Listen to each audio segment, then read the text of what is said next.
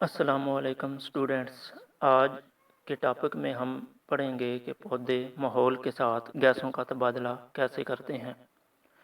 پودوں میں گیسوں کے تبادلے کے لیے مخصوص آرگنز یعنی سانس کی نالیاں اور پھیپھڑے وغیرہ موجود نہیں ہوتے۔ آج کے اس لیسن میں ہم پڑھیں گے کہ پودوں کے پتوں اور چھوٹی عمر کے تنوں میں گیسوں کا تبادلہ کیسے ہوتا ہے۔ لکڑی والے تنوں اور بالغ جڑوں میں گیسوں کا تبادلہ کیسے ہوتا ہے۔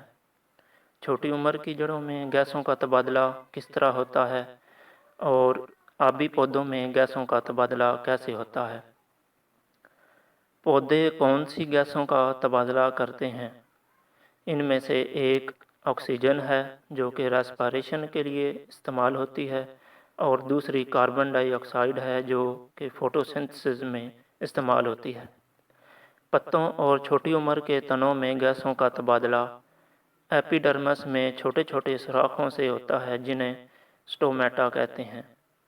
پتوں اور تنوں کے سیلز کے درمیان خالی جگہیں یعنی ایئر سپیسز ہوتی ہیں جو گیسوں کے تبادلے کے لیے مدد دیتی ہیں۔ اس کے علاوہ ایپیڈرمس کے اوپر موجود کیوٹیکل کے ذریعے بھی گیسوں کا تبادلہ ہوتا ہے۔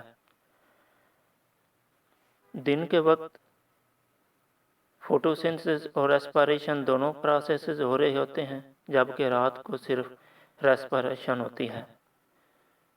دن کے وقت فوٹوسنتھسس کے دوران پیدا ہونے والی آکسیجن ریسپائریشن میں استعمال ہو جاتی ہے، اور ریسپائریشن کے دوران بننے والی کاربن ڈائی آکسائیڈ فوٹوسنتھسس میں استعمال ہو جاتی ہے۔ رات کے وقت پودے ریسپائریشن کے دوران آکسیجن استعمال کرتے ہیں اور کاربن ڈائی آکسائیڈ خارج کر دیتے ہیں۔ لکڑی والے تنوں اور بالغ جڑوں کی چھال یعنی بارک میں مخصوص سوراخ ہوتے ہیں جنہیں لینٹی سیلز کہتے ہیں۔ یہ لینٹی سیلز گیسوں کے گزرنے میں مدد دیتے ہیں۔